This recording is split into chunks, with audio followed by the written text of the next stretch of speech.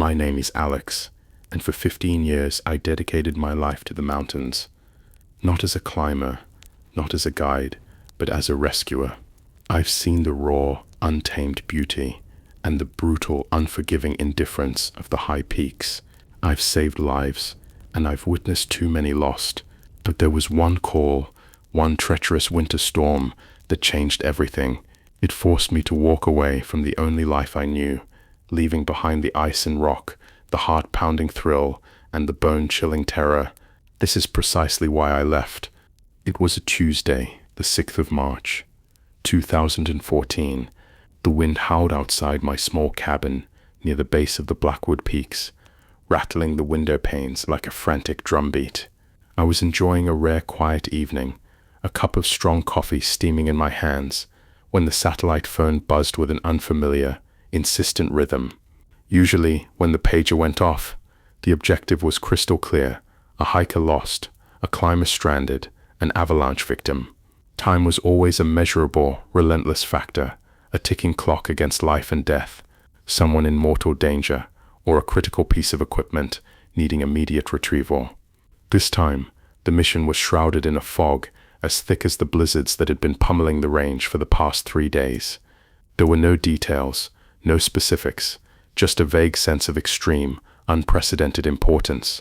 I was called in the dead of night, with no warning, and there was cryptic talk of a significant seismic anomaly deep within the northern range. I wasn't briefed. Every single person I tried to press for information just stonewalled me with a barrage of "I don't knows" or "it's classified, rescuer." I knew pretty much anyone who worked on my level statewide. Every grizzled veteran, every eager rookie, every dispatcher who'd ever sent me into a whiteout. But the faces waiting for me at the staging area were just gray-faced, anonymous figures. They moved with an unsettling, almost desperate efficiency, their eyes darting, their shoulders hunched.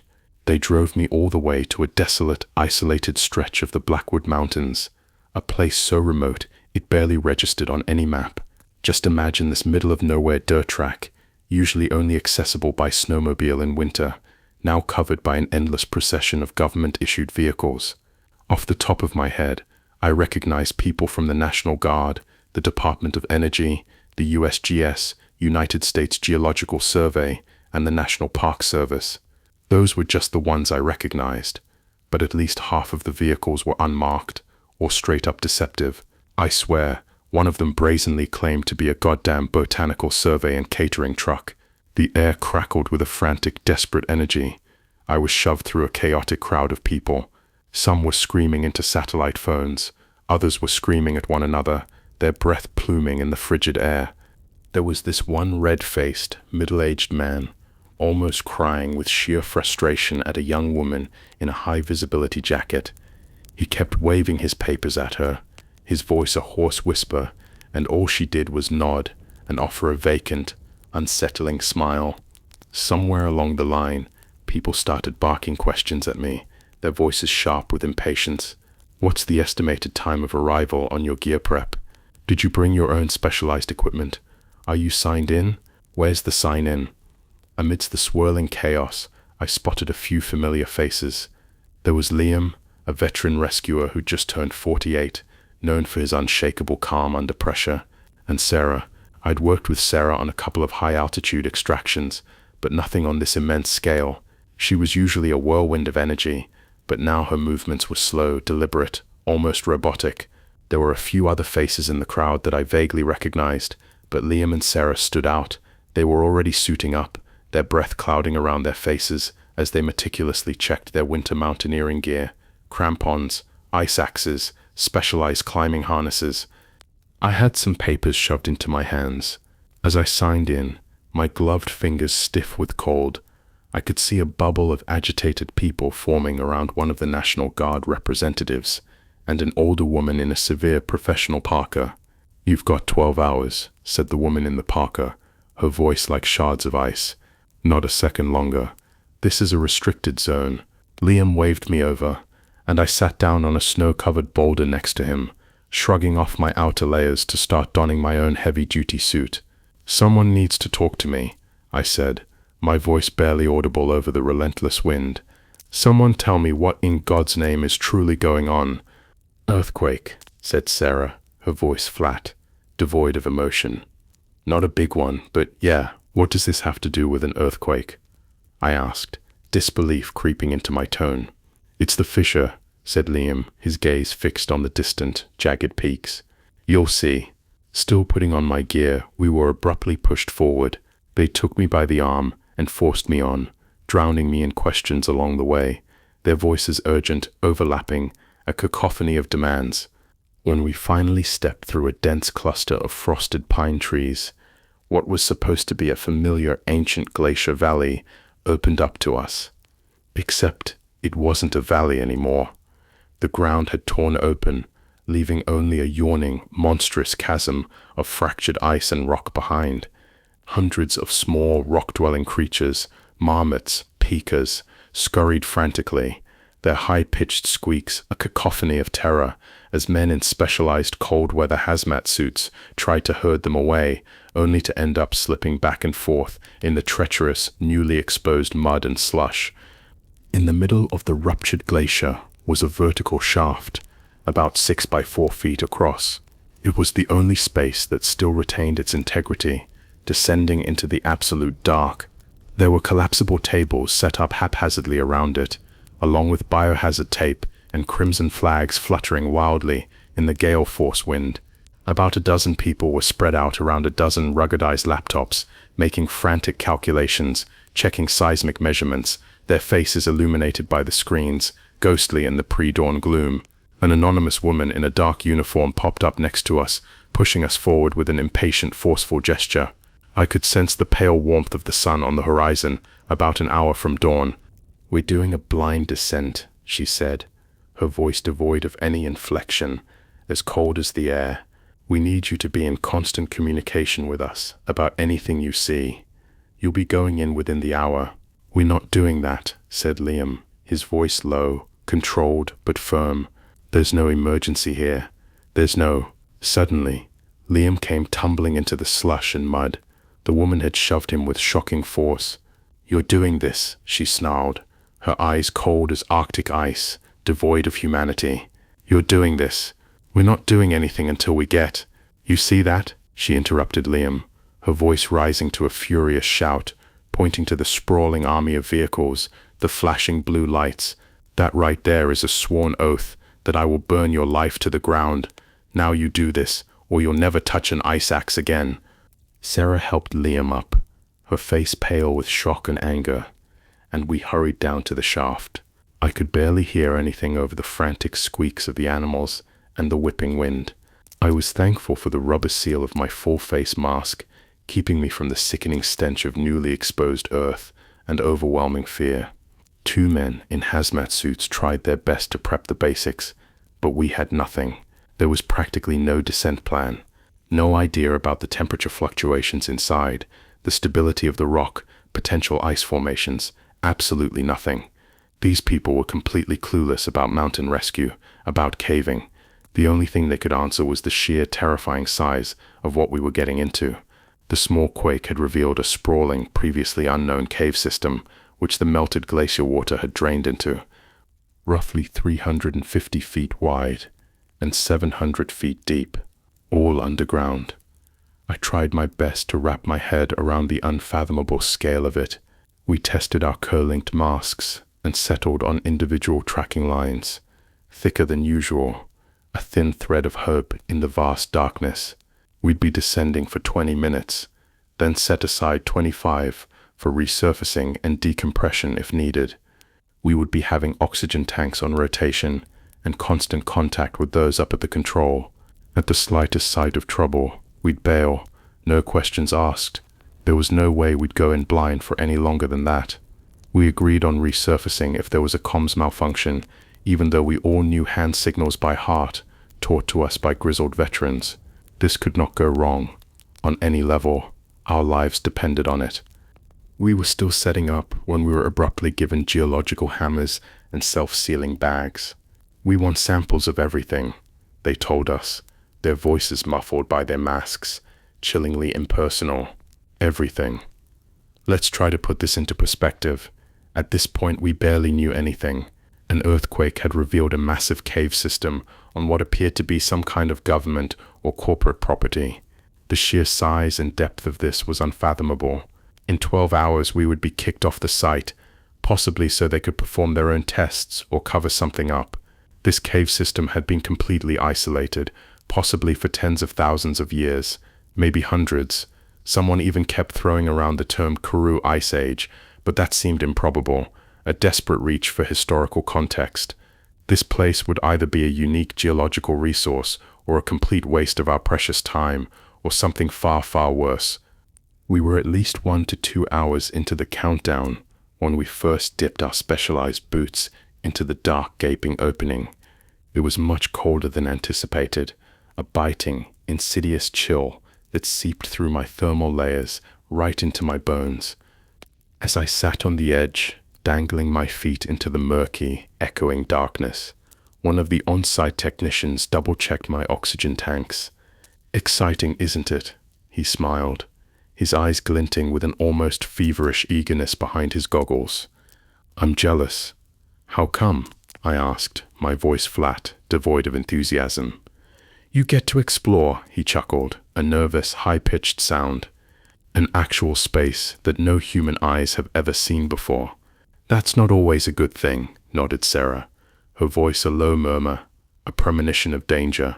"And there's plenty of that on the ocean floor, too." We took that first plunge. I could barely see anything because of the swirling dust and loose rock particles. So we just went straight down, rappelling slowly, carefully, our lights cutting through the gloom. The air got colder with every foot, and little dust particles whizzing past me made it feel like driving through a blinding snowstorm. As we got further down, this profound sense of unease settled in my chest. I'd never been so ill-prepared for a descent, and this was beyond anything I'd ever experienced. There's a reason why people are advised to stay out of uncharted cave systems. This was, in more ways than one, truly uncharted territory. We went down about 25 feet, where we finally hit solid rock.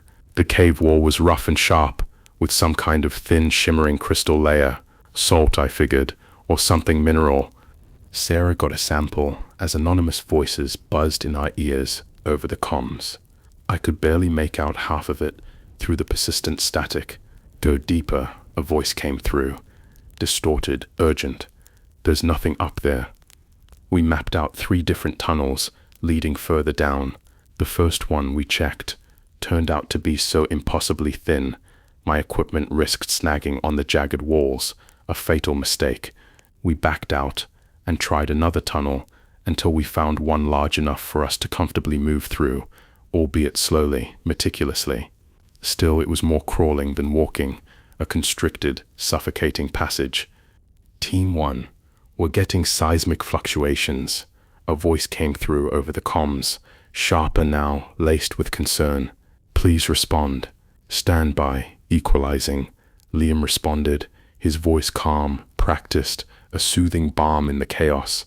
I could feel the mechanism from the helmet-mounted camera on my shoulder whirring, a constant reminder of our mission. Liam came through on the local channel, cutting out the surface chatter. "No way the signal sticks," he sighed, a hint of resignation in his tone. "Just granite and quartz. This is pointless. Resurface in 10, I said, my voice firm, taking command. "Check for samples in the cracks." The tunnel led us to a small cave. The air was less thick with dust, but the space was only about 15 by 20 feet, and at most 6 feet high. It was just enough for us to regroup, check our tethers, and take a few samples. Sarah found some kind of transparent, gelatinous goo lining a crack in the wall, while Liam tried to chisel off a piece of the granite. I thought I saw something shimmering, but it was just the light from my camera reflecting off a piece of quartz. I grabbed it though. I couldn't come up empty-handed. Once our 20 minutes were up, we came back up for air. Our movements slow and methodical, but we were getting results. There was no way we'd reach the bottom in 12 hours, but we figured we could get something interesting given enough dives. When we came back up, there were at least 50 people standing in a frantic, anxious circle to look at us, their faces expectant, almost desperate for news. Men in hazmat suits brought coolers for us to put the samples in, their gloved hands shaking slightly, and 2 technicians were working on a modified closed-circuit breathing system, a sort of advanced hooker air hose system for deeper, longer dives.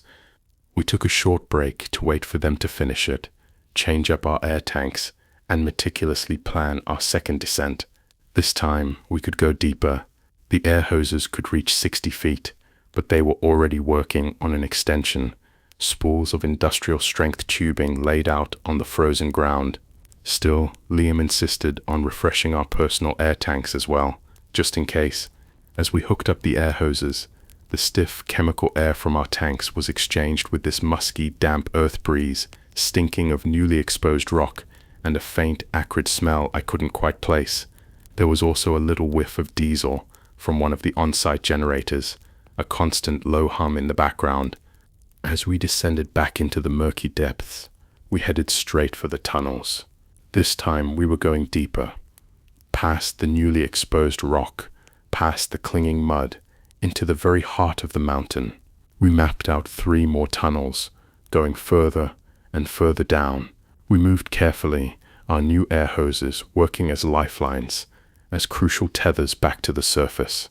But it didn't take long for us to reach the limit of the current hose extension. Sarah called it in over the comms. Surface control. We need a longer line. No response. We waited for a tense moment, listening to the crackle of static, but there was nothing on the other end. Tim-wise, it was probably around the break of dawn, the sun just beginning to warm the outside world.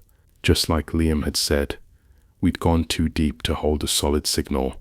"I can go up and relay," said Liam, his voice calm, even, despite the growing danger. "Or we could just tug on the line and hope for the best." "I'm not tugging on an air hose," chuckled Sarah, a strained, nervous sound that barely masked her fear. "Dos der, we've humming Ravenka." "What? You humming?" The little bursts of static, the comms breaking up, the camera on my shoulder whirred like crazy, a mechanical heartbeat in the encroaching dark.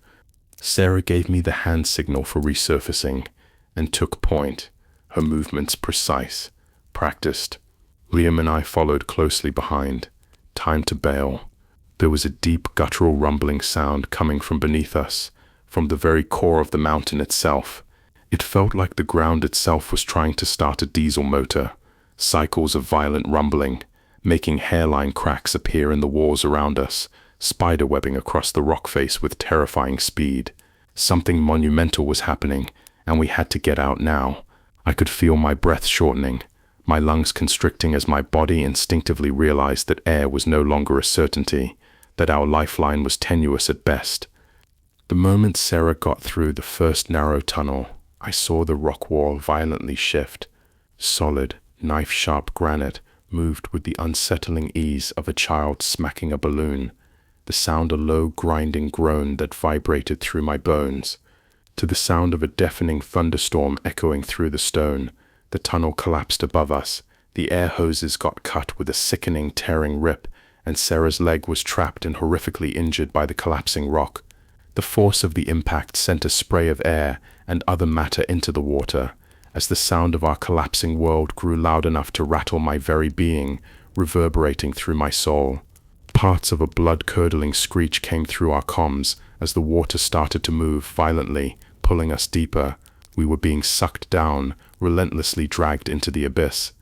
I protected my head with my arms as I was tossed around the tunnels, further and further down, the current a monstrous, unseen hand dragging me deeper into the unknown. My oxygen tank clinked against the unforgiving rock wall, a harsh metallic sound that echoed in the dark. I instinctively gasped for air, but I could feel water rushing into my mask, cold and metallic tasting. There was no air supply on the other end. The hose was cut clean, the lifeline severed. The walls rushed past me in a blur of rock and shadow. I slammed my shoulder, my knee, my thigh, my other shoulder against the jagged surfaces, each impact a fresh wave of agony. At one point I smacked the back of my head, and I could feel my body temperature shift, a sudden warmth spreading. It was a wound, but not a deep one. Thankfully, Somewhere in the chaos, I felt the camera on my shoulder come loose, torn free by the violent current, and I got into a roll, tumbling uncontrollably. I spun out of control and lost all sense of distance, of direction, of up or down. It wasn't just a few seconds of suction either. It was a significant amount of time, an eternity in the drowning darkness. My world spun and bashed me into the rocks over and over and over again. I could feel blood leaving my body, warm against the cold water, and I was getting colder, colder and colder, but I couldn't tell if it was blood loss or the chilling water. The word disoriented doesn't even begin to describe it. At some point, it just stopped. I was floating in this endless pool of darkness, a black, bottomless ocean of icy water. I couldn't tell what was up and what was down anymore. I tried to move upwards, to fight the current, but it didn't feel right. Not only did my arm refuse to move, but there was too much resistance, too much drag. It took me a few agonizing seconds to realize I was trying to swim downwards. I was completely upside down. There was water pooling in my mask. I could feel it just under my mouth, a vile taste. I could see little air bubbles popping, a silent testament to my dwindling air supply, and I had to spit to keep my mouth clear. It had a strange, almost sugary taste, mixed with iron, but most of it was my own blood. Something grabbed me. My first instinct was to fight, to lash out, but I couldn't. I'd strained my right arm, and my left foot was dislocated, throbbing with excruciating pain. I was shivering uncontrollably, and I could see a long gash across my thigh, blooming red in the faint, flickering glow of my failing mask light. That was just at the limit of what my mask light could pick up. I couldn't even see my feet, lost in the overwhelming blackness. Liam came into focus, his face bruised and pale through his own mask, his eyes wide with shared terror. He made a hand movement that I didn't recognize, a closed fist, with fingers pushing outwards, a push, an exhale. Right, I exhaled hard, pushing out the water in my mask, clearing my vision. The next second, Liam connected my spare air tank to my mask, his movements practiced, efficient, a beacon of hope in the darkness. For a moment, we just looked at one another, our eyes wide with shock and profound terror. He had a bad cut just above his right eye, and it was bleeding into his mask, turning the water within a murky, sickening red. Our comms were dead, utterly silent, a terrifying isolation. We had to rely on hand signals, the primal language of survival. Liam put a gloved hand on my cheek and meticulously checked my mask for cracks. It seemed okay. He gave me the signal for okay, and I responded in kind, though it was a desperate lie. I was not okay, but I was well enough to move, if a bit slower, a bit more cautiously. We moved carefully and calmly, conserving every ounce of precious energy. There was no way to tell how far down we were, and we had to be meticulous to preserve our precious air. At most, we had a little less than 1 hour of air, if we could keep steady. Probably a lot less, though, given the exertion and the sheer panic. Liam and I held hands, a lifeline in the oppressive darkness, slowly going upwards.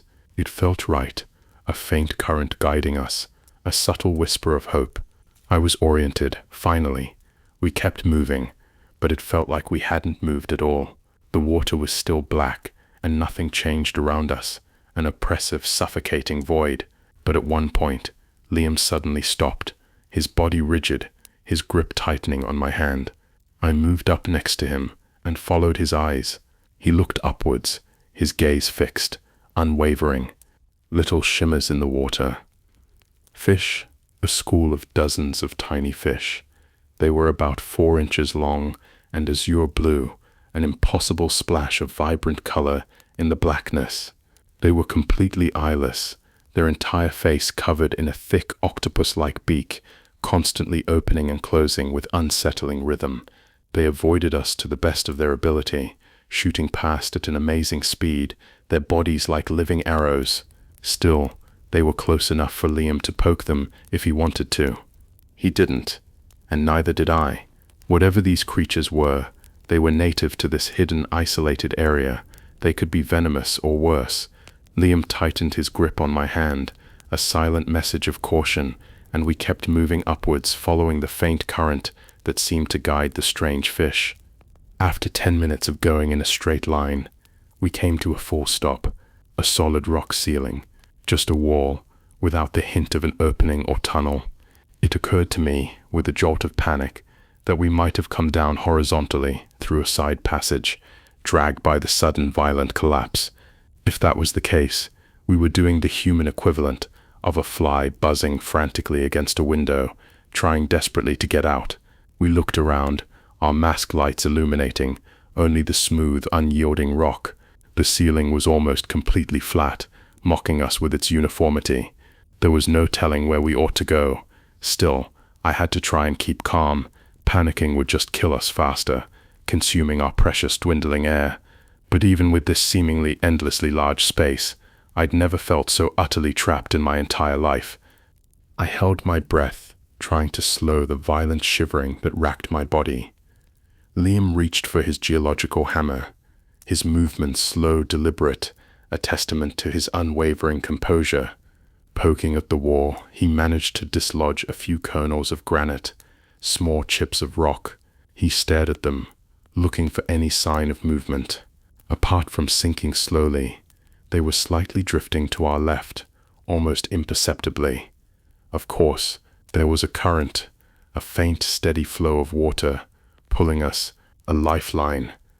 I was simultaneously trying to ignore how much time had passed, the precious minutes ticking away, and at the same time counting the seconds, a frantic tally in my head. Liam's diving watch was busted, its face cracked, and mine hadn't been properly reset before the second descent. It was still on time for our first, showing the early morning hours, not the deep, endless night we were now in. This was exactly the kind of situation I'd wanted to avoid, but we'd been so stressed to get back in, pushed by the frantic, desperate officials. At one point, the ceiling started to curve, gently at first, then more sharply, and there, finally, was an opening. It seemed to lead upwards, a darker void within the dark.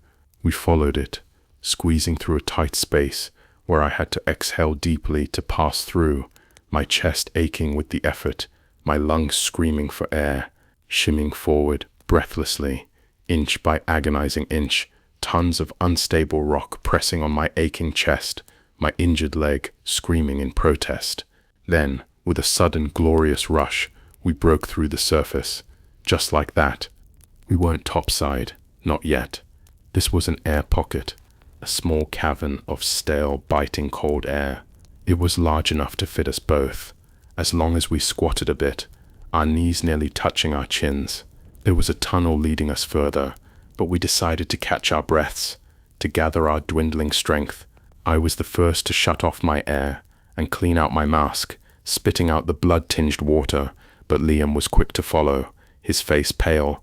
Finally, we could speak freely, our voices hoarse, raspy, strained. Stale, sugary sweet air, tasting faintly of iron, filled our lungs, a painful relief.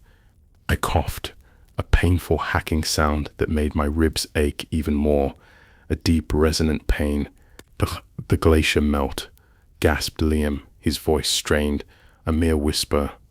It hadn't settled, with the temperature shift from the seismic activity. That heated it, got it moving. So where, how deep? I managed to choke out my throat raw. Least 300 feet, at least. And that's just straight down. Sarah, did you? No, said Liam, shaking his head, his eyes shadowed with profound grief. It closed. She might be trapped up there, but at least she won't drown. I nodded, gently massaging my dislocated foot through the thick fabric of my boot. I was going to have to pop it back into place, but just touching my skin sent bolts of searing pain up my shin bone, a white-hot agony. You could wait, he said, his voice hesitant, laced with concern. You're hurt. I'm not dying here, I stated, my resolve hardening, a steely determination. Good, he whispered, a grim approval. We caught our breaths and meticulously checked our equipment. We had about 3/4 of our tanks left, so we were doing pretty good, better than I'd expected, a small miracle. We had some cuts and bruises, some that might need stitching, nothing urgent, but it might get bad if left untreated. Who knew what kind of bacteria or unknown contaminants were down there in the dark? I couldn't stop shivering, and Liam was getting worried. He kept asking if I was sleepy, if hypothermia was setting in. Honestly, I could feel it. There was something there, a creeping, insidious weariness, eyelids growing heavy as my lungs strained against my ribs, a dull ache pervasive throughout my entire body. We got back down underwater, our equipment clean and secured as best as we could manage. The tunnels were slowly widening, allowing us to crawl forward, my injured foot making every movement a painful, agonizing struggle. There were a few intersections, and we did our best to map where we'd gone, a mental compass in the suffocating black. I had some remaining scraps from the ripped air hose that we pushed into cracks in the wall, sort of marking our path like desperate breadcrumbs, a fragile, hopeful trail. At the very least, we could get back to the air pocket if necessary, a temporary, albeit precarious sanctuary. We went down a few tunnels, only to be met with a series of frustrating dead ends, the rock face smooth and unyielding, mocking our efforts. It was a goddamn labyrinth, and my heart sank with every stop, every fruitless turn, every wasted breath. When we finally found a path going forward, leading deeper into the unknown, we had a difficult choice to make. We could circle back and regroup, try to find another way out, or push forward and save some precious time, hoping this was the right path. Every minute moving backwards would be a loss of air, a loss of hope, but every minute forward could be a death sentence, leading us further into the inescapable darkness. Liam squeezed my hand, looking for some kind of guidance, a silent question in his eyes. I signed forward, my resolve unwavering, driven by a primal need to survive. The tunnel opened into a vertical shaft, going straight up, a chimney of rough, unforgiving rock. I could feel a slight rush of water, gently pushing us back down, a subtle current. It was only for a moment, but it made me realize that the current was getting stronger, a significant sign of water movement, perhaps an exit. Suddenly the water started to shimmer, not with quartz but with frantic, urgent movement. Hundreds of azure-colored fish rushed past us, down into the depths of the tunnels, a living torrent of vibrant blue. Maybe they followed the current, seeking safety from something. Either way, they had to come from somewhere, so we pushed forward, against the flow, hoping to find their origin. Liam squeezed my hand in silent celebration, a brief shared moment of hope. There was another set of tunnels in the ceiling, branching into several paths. They all looked deep enough to lead somewhere, so we just picked one at random. A desperate, blind gamble. I couldn't mark our path any further. I had nothing left to leave behind. No more scraps of hose. We kept going upwards until Liam suddenly stopped, his body rigid, frozen in place. There was something shimmering in the tunnel ahead, some kind of gemstone or quartz. They reflected the lights of our masks, a deceptive, alluring sparkle. Another dead end. Or eyes. These nightmare orbs, predatory and unfeeling, an unthinking creature, incapable of seeing me as a person, only as sustenance. For that one horrifying second, I was nothing but meat, a warm, soft meal in the cold, dark depths. It came out of the dark, sliding through the water with terrifying grace.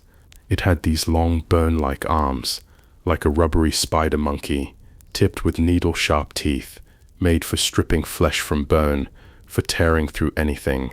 It didn't swim in the conventional sense. It crawled along the rocky walls, its long, slender fingers finding purchase on every minute crevice.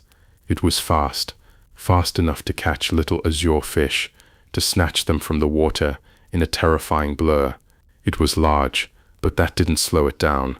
It could barely squeeze through the tunnel, its massive body scraping against the rock, while Liam and I, smaller, more agile, could move freely. We were never meant to meet that thing. Never. To this day, I can't look down dark corridors, can't stand in confined spaces for too long. I can still vividly imagine those arms reaching out for me, those eyeless orbs fixing on my very soul, chilling me to the core. I ignored every safety precaution I'd ever known, every ounce of rigorous training. I rushed, I huffed, I screamed into my mask, a muffled, desperate sound that was lost in the water. I crawled, kicked, and forced myself back down as fast as humanly possible, scrambling through the water with a desperate primal urgency. I didn't care about the searing pain in my foot, the throbbing agony. I just had to keep going, to get away, to escape. All I could feel was the water moving behind me, the ominous pressure of its pursuit, as every sudden movement transferred into waves pushing against my aching limbs. But I didn't care. At that moment, I didn't care about anything but getting away, putting as much distance as humanly possible between myself and that unholy thing. At the mouth of the tunnel, I turned around for a brief, terrified second, only to see Liam's wide, terrified eyes staring back at me through his mask, illuminated by his own failing light. In that moment, I could tell exactly what he was thinking. He realized that he was about to die. I heard a sickening crack as the creature pulled him into the darkness. I could feel the snap reverberating through the tunnel, a shocking tremor that went through my entire body.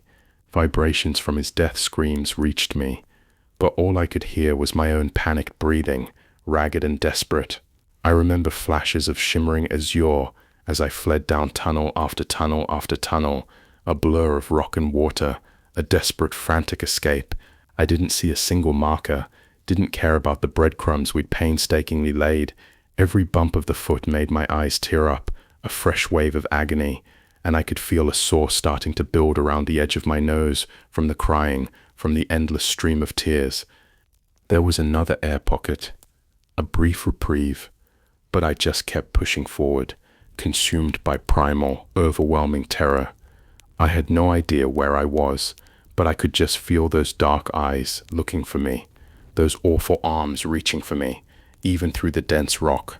The air in my tank started to feel strange, warm, stale. Panicked, I kept going forward blindly, desperately.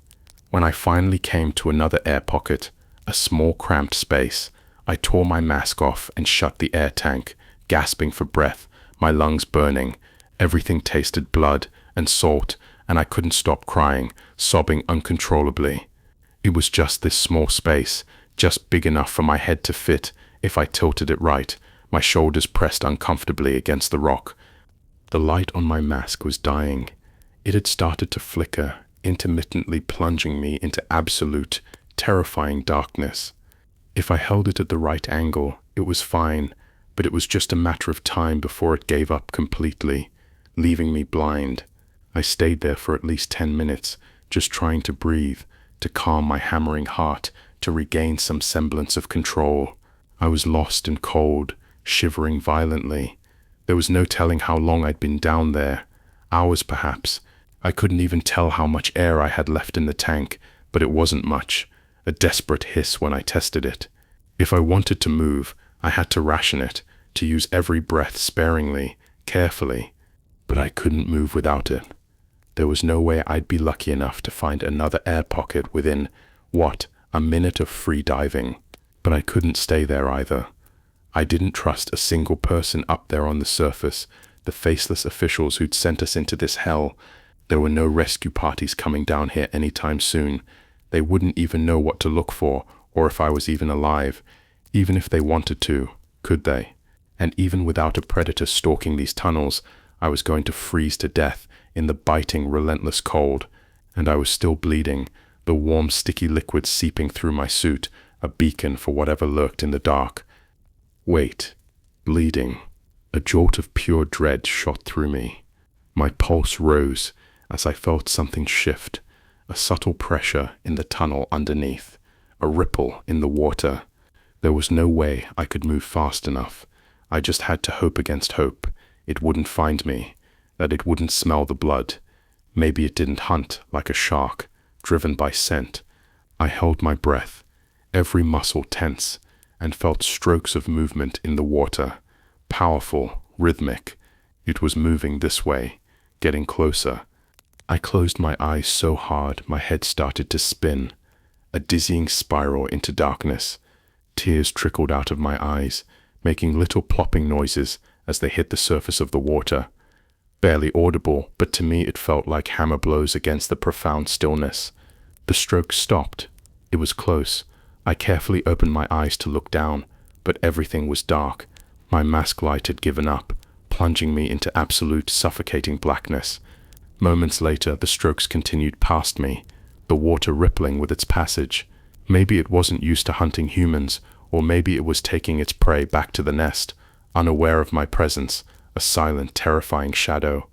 When I could no longer feel the strokes, when the water stilled, I exhaled, coughing violently, the air burning my throat, raw and painful. My mouth tasted blood and fear. There was no choice left. I had to keep going with what little I had, with the dying flicker of hope in my chest. I secured my mask, feeling for the familiar straps, and let my hands rest in the water for a moment, gathering my resolve. Just floating around in that little space, surrounded by utter darkness and the lingering, chilling scent of danger, was unlike anything I'd ever experienced before. It was such an alien, primal feeling. I'd been in trouble before, faced death, but nothing like that. Nothing even remotely like that. I slowed my breathing, trying to calm my racing heart, and took the plunge, pushing off the rock into the terrifying unknown. To my surprise, there was one strange sensation I hadn't noticed before, or perhaps I was too panicked to perceive it. When the lights were off, when the visual input was gone, it was easier to sense the current. Maybe it was a rely on other senses kind of thing, a heightened awareness born of desperation, but it was much clearer, a subtle, insistent pull. Even in the profound dark, I could feel the right way for me to go. A faint flow of water, a circulation of some kind, coming from above, pulling me towards it, a guiding hand in the void. As I came to a branching tunnel, a maze of pathways, it was a bit harder to tell where I was supposed to go, the current weaker here, more diffused. I decided to just keep going up, feeling for the faint pull.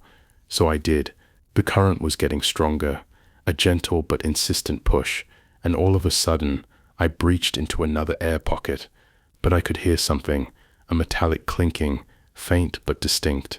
It didn't take me long to find it. Liam's spare air tank, still attached to his harness, lying on a ledge, a ghost of hope. On one hand, I was incredibly lucky.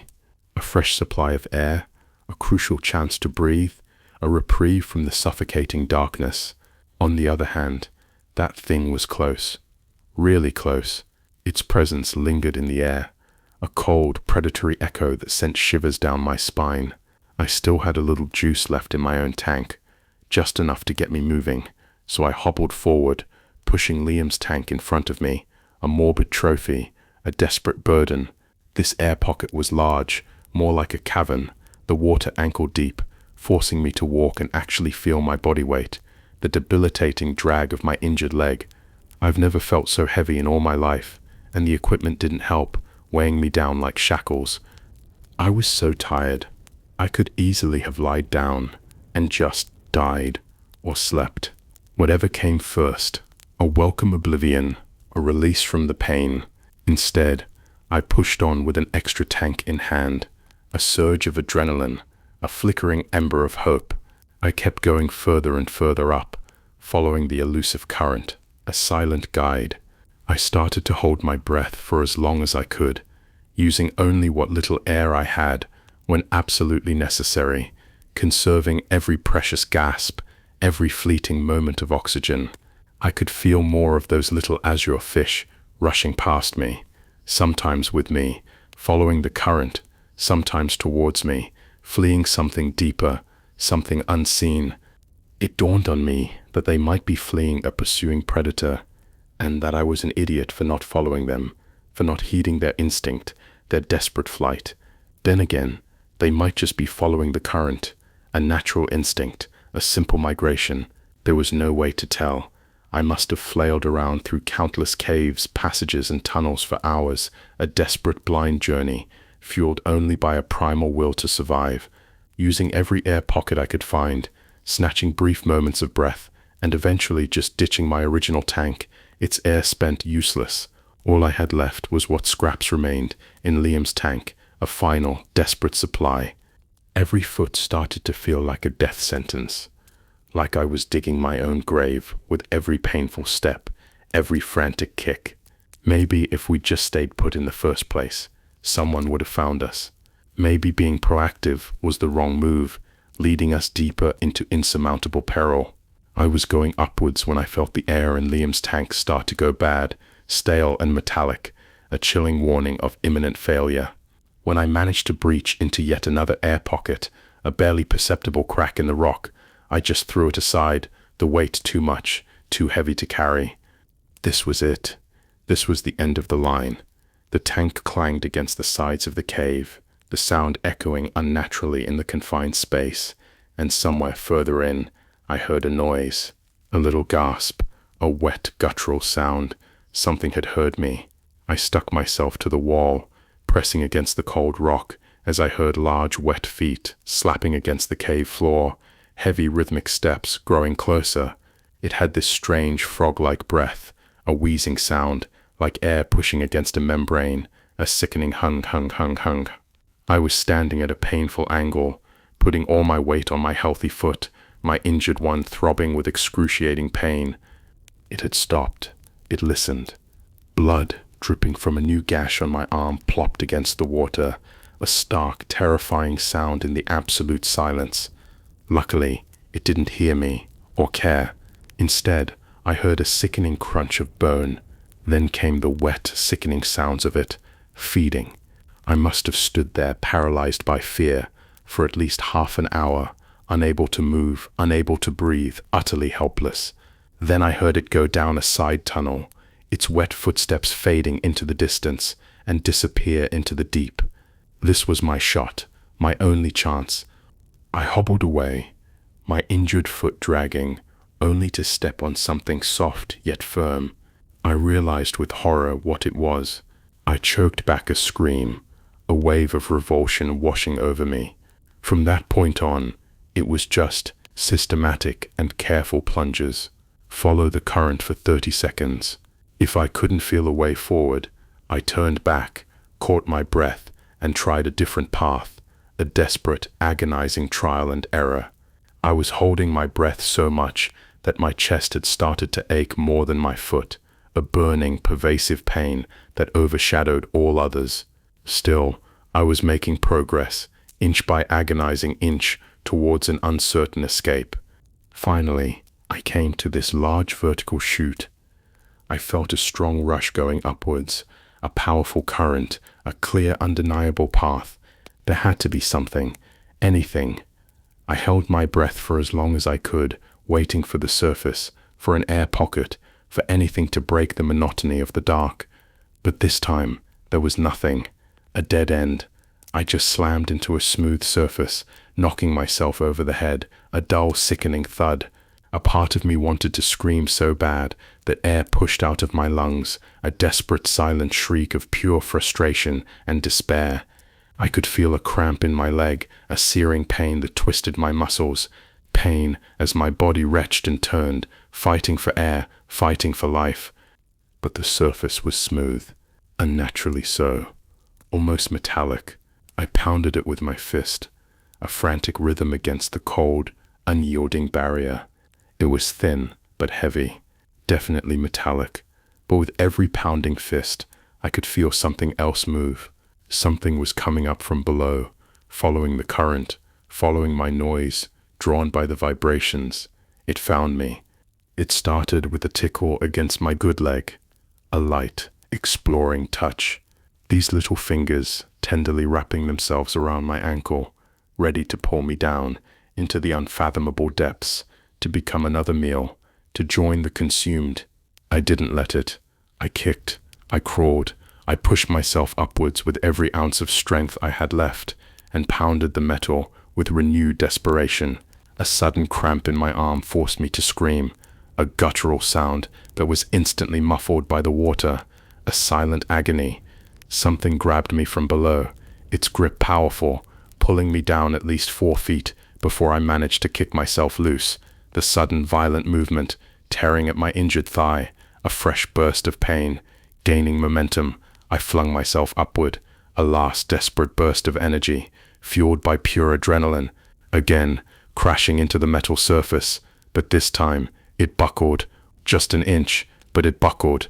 Suddenly, there was light, blinding, glorious light, and air, crisp, cold, life-giving air that filled my burning lungs, and whatever reached for me recoiled in fear, shrinking back into the darkness, its predatory hunger momentarily forgotten.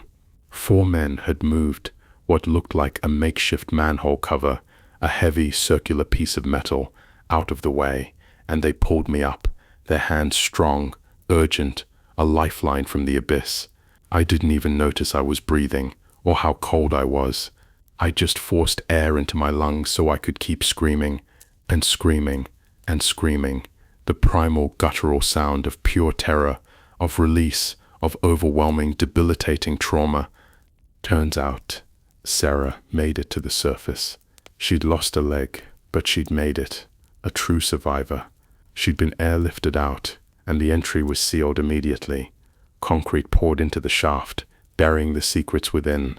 They tried to get another rescue team, but there was no one else around, no one else willing to go into that terrifying darkness. If they'd had more time, they'd have flown out another crew of 4 from Colorado, but there wasn't. I was down there for a total of 9 hours and 37 minutes. I had to sign a contract not to speak about this for 10 years, a legally binding, terrifying silence. That time is up, and now I'm telling you what I know. Liam died down there, and Sarah was permanently maimed, her life forever altered by the horrors we faced. I like to consider myself lucky, but I didn't come out of this unscathed either. I don't want to go into excruciating detail, but there are wounds that aren't as easily seen as a missing limb, deeper scars that never truly heal, etched onto my very soul. That space, that cursed fissure, was bought by this investment company called Shadow Holdings. I'm pretty sure they're still operating there today, deep within the mountains, continuing their mysterious work. I've seen the chain-linked fences, higher now, and the warning signs, more ominous, more desperate, not to mention the armed guards, their faces grim, their eyes watchful, guarding whatever terrifying secrets lie beneath. I've since moved on from mountain rescue. I can barely stand to be in a confined space anymore. The darkness triggers something deep within me, a primal fear I can no longer control. And honestly, I'm fine with that. I escaped that mountain, but a part of it, a very dark, chilling part, still lives inside me, and that's precisely why I left.